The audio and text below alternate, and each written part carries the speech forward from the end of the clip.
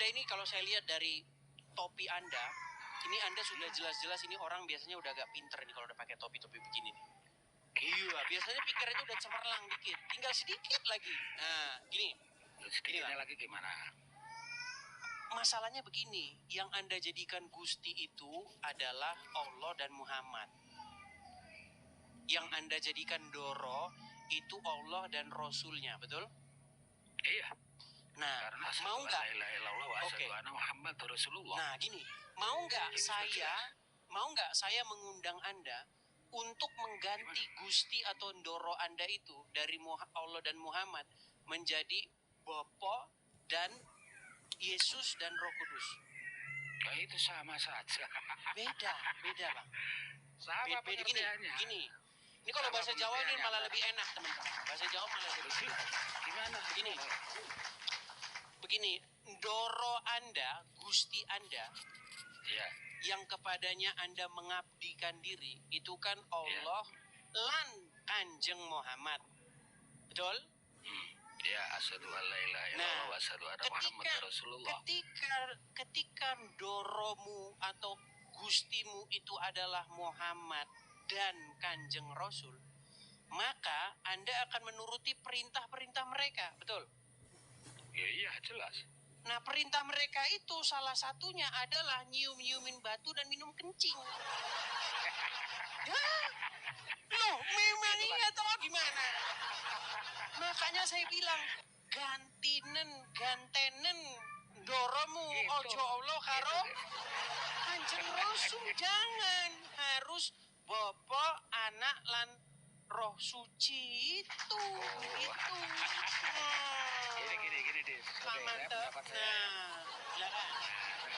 Saya akan memberikan pendapat saya. Silakan. Tadi saya katakan bahwa perdebatan yang saya ikuti itu mempertentangkan antara hakikat dan syariat. Yaitu, nyata dan dalam pengertian hakikat atau dalam pengertian yang sebenarnya hakikinya apa gitu. Kalau terkait dengan Kristen sendiri kan juga seperti itu, hakikatnya ya seperti itu. Katakanlah contoh, bisa ya kasih silakan Bang. Ya, Isa atau Yesus itu dilahirkan dari Maryam kan? Iya. Ya, itu anak yang lahir tanpa seorang bapak, syariatnya kemanusiaan. Nah, itu kalau di Jawa itu lahir kok Bedoro Suroyo. Tapi gini Bang, kita ini fokus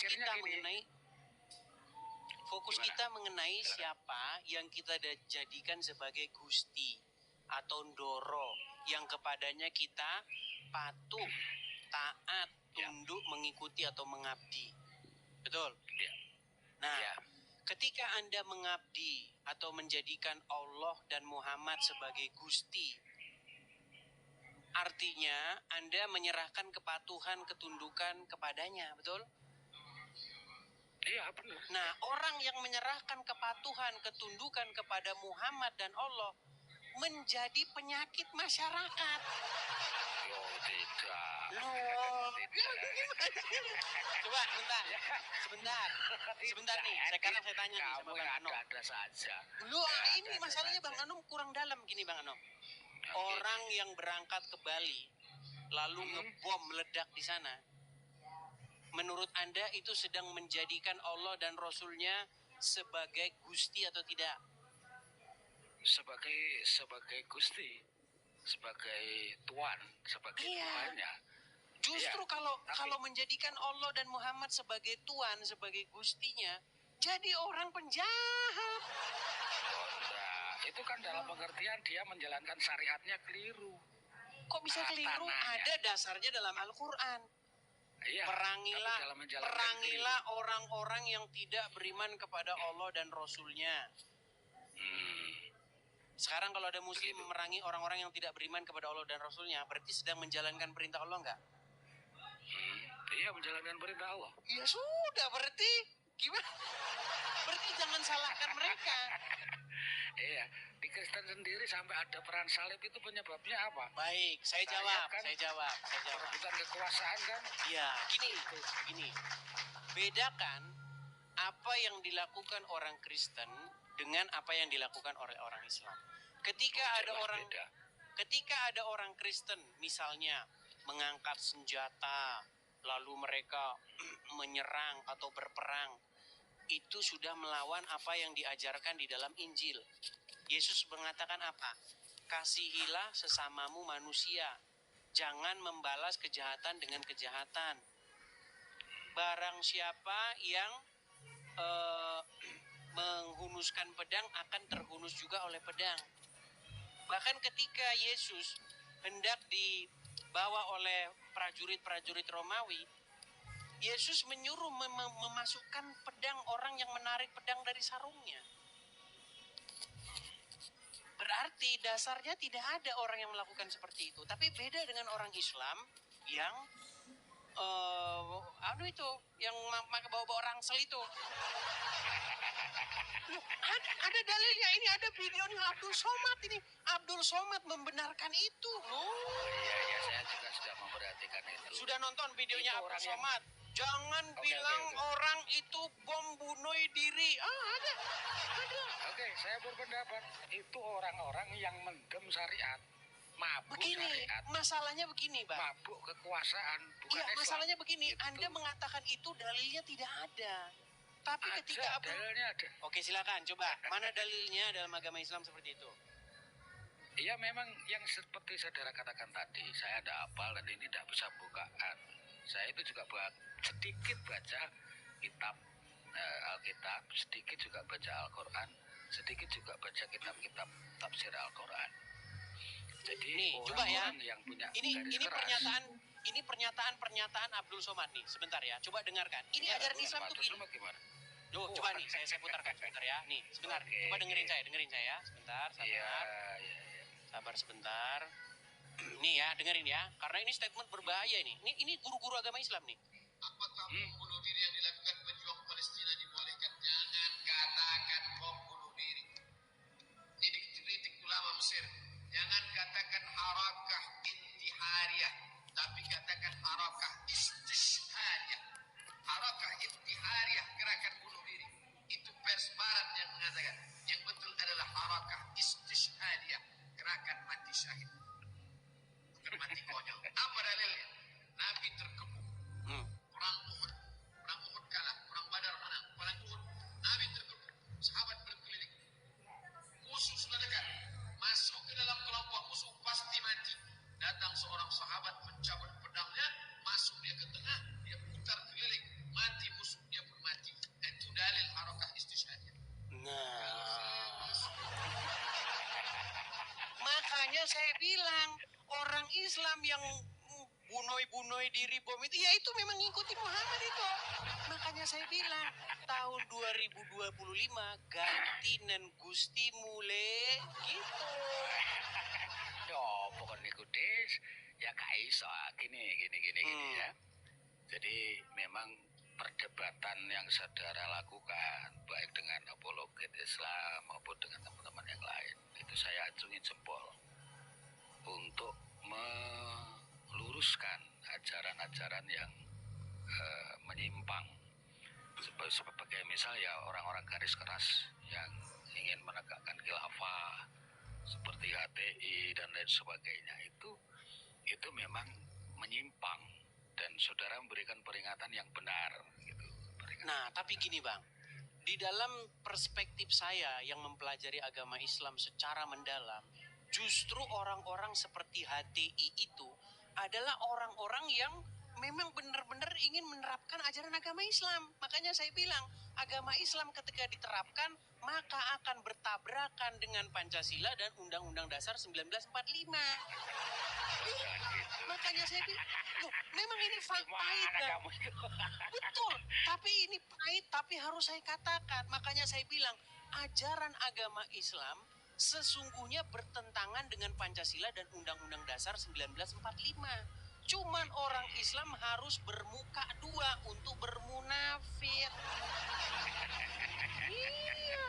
Kalau nggak begitu, kenapa ada gerakan-gerakan yang ingin mengganti Pancasila dengan syariat Islam? Karena syariat Islam Bisa bertentangan dengan Pancasila. Saya berpendapat ya. Silakan. Ya memang begini, Islam sendiri kadang didakwahkan atau didirikan dengan untuk meraih satu kekuasaan. Dalam dalih setelah kita berkuasa bisa melaksanakan segala aturan atau segala pedoman, misalkan dengan bersumber dari Al-Quran atau hadis. Itu memang seperti itu. Jadi Islam harus menguasai dalam suatu wilayah itu. Misalkan sering saudara berikan contoh di ITI, Kartosuwiryo dan lain sebagainya. Waktu itu waktu kemerdekaan Pancasila itu yang pertama, sila yang pertama itu kan ketuhanan yang Maha Esa dengan menjalankan syariat Islam. Iya, lalu diganti ya. Lalu diganti. Syariat Islamnya dibuang. Dalam ya. Piagam Jakarta itu. Dalam kondisi untuk mendirikan negara Islam kan, memang perjuangannya itu seperti itu. Harus menguasai sistem dan pemerintahan dalam suatu wilayah itu. Iya, tapi untung itu tidak terjadi, Bang. Seandainya negara Indonesia berdasarkan syariat Islam, maka negara Indonesia ini sudah sama dengan Afghanistan, Pakistan, bubar. Nggak ada, Bang, nggak ada. Tidak ada satu negara yang menerapkan syariat Islam, negara itu maju. Semuanya bubar, berantakan. Kok bisa begitu?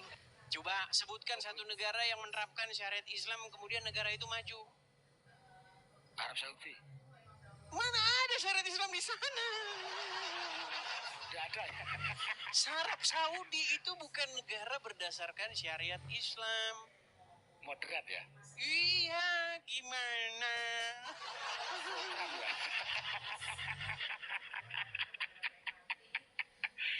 Arab Saudi itu baru maju ketika bisnis minyak lancar. Kalau nggak ada minyak ya gimana? Dan juga bisnis batu. Batu akeh ya? Batu itu yang dicium-ciumin orang Islam. Yang pergi ke sana ciumin batu. Saya kira batu akeh. Bayangin, Bang. Orang Indonesia kalau mau umroh, kalau mau naik haji, harus ngantri berapa tahun sekarang? Saya nggak tahu. Coba kalau mau naik haji sekarang harus ngantri berapa tahun? Ya sampai 30 tahun kalau ada. 30 tahun, bayangin tuh. Setor duit ke sana sama mereka. Bikin visa haji udah berapa? Nah, terus duitnya dikorupsi sama Menteri Agama. Makanya negara kita ini sudah kena kutuk. Negara kita ini sudah kena kutuk turun-temurun gara-gara ya. Nah gini, jadi kalau terkaitan dengan Islam itu bertentangan dengan Negara Kesatuan Republik Indonesia, saya rasa terlalu bukan, ya, jadi terlalu kejam mendeskripsikan seperti itu. Karena ada gerakan-gerakan yang seperti itu, penjenengan pakai contoh misalkan di ITI, Kartosuwiryo, bahkan gerakan-gerakan teror dan lain sebagainya. Tapi ketika kita kembali kepada hakikat daripada Islam itu, saya rasa tidak seperti itu. Jadi kalau di Indonesia itu jangan menerapkan syariat. Hakikatnya agama itu apa? Hakikatnya keyakinan itu apa? Mencapai kedamaian, ketentraman, beribadah kepada Allah Subhanahu wa Ta'ala. Kalau orang Kristen ya berserah diri kepada Yesus, Bapa di sorga, mencapai ketentraman dan kedamaian lahir batin. Itu tujuan agama. Tapi gini, cawe-cawe kekuasaan. Tapi begini masalahnya, ketika seseorang sudah menjalankan agama Islam, pasti dia harus melakukan apa yang diperintahkan Allah dan Rasulnya, betul? Ya yang pas dan yang tidak, yang tidak pas ya usah. Suruh minum kencing unta katakanlah. Berarti tidak mengikuti sunnah Rasul. Ya, ada yang harus tidak kita ikuti. Misalkan minum kencing unta. Padahal di dalam Al-Quran dikatakan terdapat suri tauladan yang baik di dalam diri Rasul tersebut. Bagaimana Anda Muslim tetapi di detik yang sama mengatakan itu tidak baik? Ya ada yang baik, ada yang tidak. Ada yang bisa kita terapkan, ada yang tidak. Gitu. berarti Bang Anom mengatakan bahwa ada contoh yang tidak baik dari Rasul. Tidak baiknya tidak baik kita terapkan pada saat ini. Gitu loh. Karena Bukankah suri tauladan itu adalah baiknya sepanjang masa? Ya tidak. Berarti sekarang sudah buruk. Tidak. Seperti keikhlasan Yesus untuk disalibkan. Iya toh? Ikhlaskan dia, disalibkan untuk memenuhi apa yang dijanjikan Allah. Dijanjikan Tuhan. Nah ini nih udah mulai mungkin. Apa yang dijanjikan Yesus oleh tidak kenal dengan Allah, Bang Anom. dijanjikan oleh Tuhan kalian ya dah. Yesus tidak kenal dengan Allah. Gimana sih? Maksud saya Israel kan memenuhi ketetapan itu. Tidak ada. Begini Bang Anom. Gimana? Yesus Kalau disalib kita itu kan berbicara memenuhi secara gini, kalau kita bicara secara ilmiah akademis, Yesus kan orang Israel, betul? Ya, orang Israel. Berbahasa sebagaimana orang Israel, betul? Nah, di dalam kamus bahasa Ibrani tidak pernah ada kata Allah. Ya, adanya kata apa? Yahweh ya. Nggak ada kata Allah. Dari mana Yesus menyebut-nyebut Allah seperti fitnah Al-Quran? Yahweh ya. Enggak, kita bukan bahas itu. Tidak ada kata Allah di dalam kamus bahasa Ibrani. Oh iya, benar tidak ada. Lalu bagaimana orang Islam berhaluria mengatakan Yesus menyembah Allah? Ya itu ya salah. Gimana gitu? Kalau Isa itu benar, tapi kalau Yesus Nah, kalau Isa kami tidak tahu. Nah, masalahnya begini, Isa ini orang mana? Isa kalau menurut Al-Quran ya orang Arab ya. Nah, kalau orang Arab ya berarti Isanya orang Arab. Bukan orang Israel. Ya, nah kalau Isa orang Arab ya pantesan dia nyembah Allah, orang dia orang Arab. Inilah. Nah, makanya begini Bang, ketika saya membaca Al-Quran, sebenarnya isi Al-Quran itu berbeda dengan omongan orang Islam. Jadi saya contoh begini. Menurut Al-Quran, menurut orang Islam, Isa orang Arab. Menurut umat Islam, Isa orang Arab. Ya. Menurut Al-Quran, Isa Bani Israel.